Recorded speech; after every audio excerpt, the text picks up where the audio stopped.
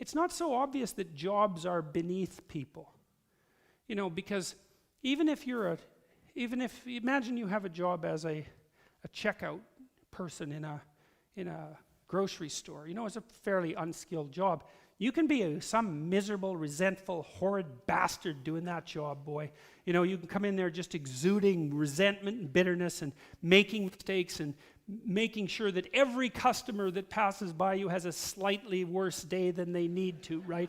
And pilfering time and perhaps pilfering goods and being resentful about the people who gave you the position because they're above you in the dominance hierarchy, and talking, bad things, gossiping behind the back of your coworkers. It's like you can take your menial position and turn that into a very nice little slice of hell, that's for sure. And you go into places like that. I always think of the archetypal diner in that way. You guys have been in this diner.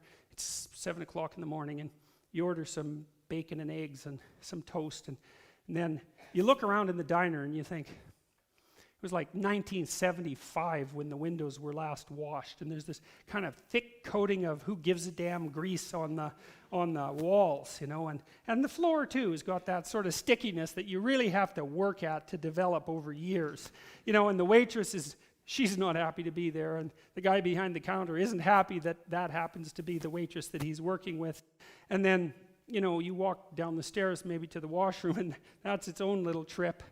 And so you come back and you order your damn eggs and you order your toast and you order your bacon, and then it comes and like the eggs are too cooked on the bottom, so they're kind of brown, and then they're kind of raw on top, and they're cold in the middle, which is, you really have to work to cook an egg like that, man, but you can master that with like 10 years of bitterness. You teach you how to cook an egg like that.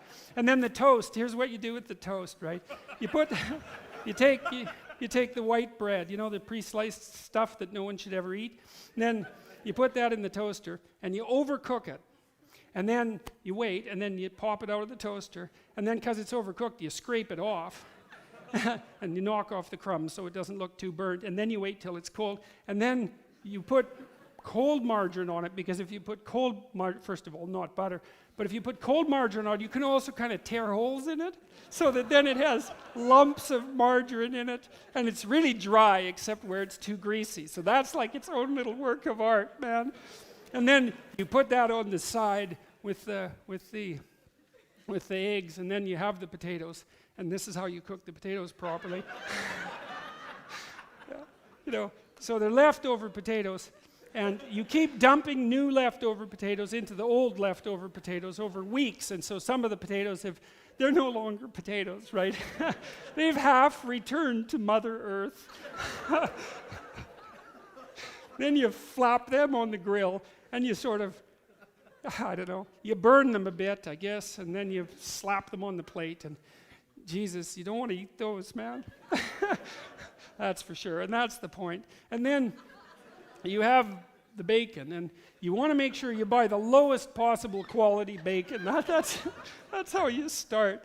And then you throw it on the grill, and your grill has to be overheated to do this. You have to cook the bacon so that it's raw in places and burnt in other places, and it has that delightful pig-like odor that only really cheap, badly cooked bacon can provide.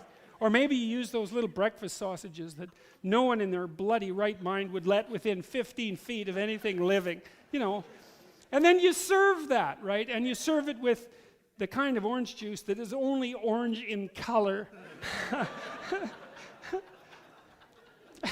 and with coffee that's, what would you say? It was started too early in the morning. That's the first thing. Bad quality coffee started too early in the morning, got cold once or twice and has been reheated. And then you serve that with whitener. It's like, here's your breakfast. It's like, no, man, that's not breakfast. That's hell.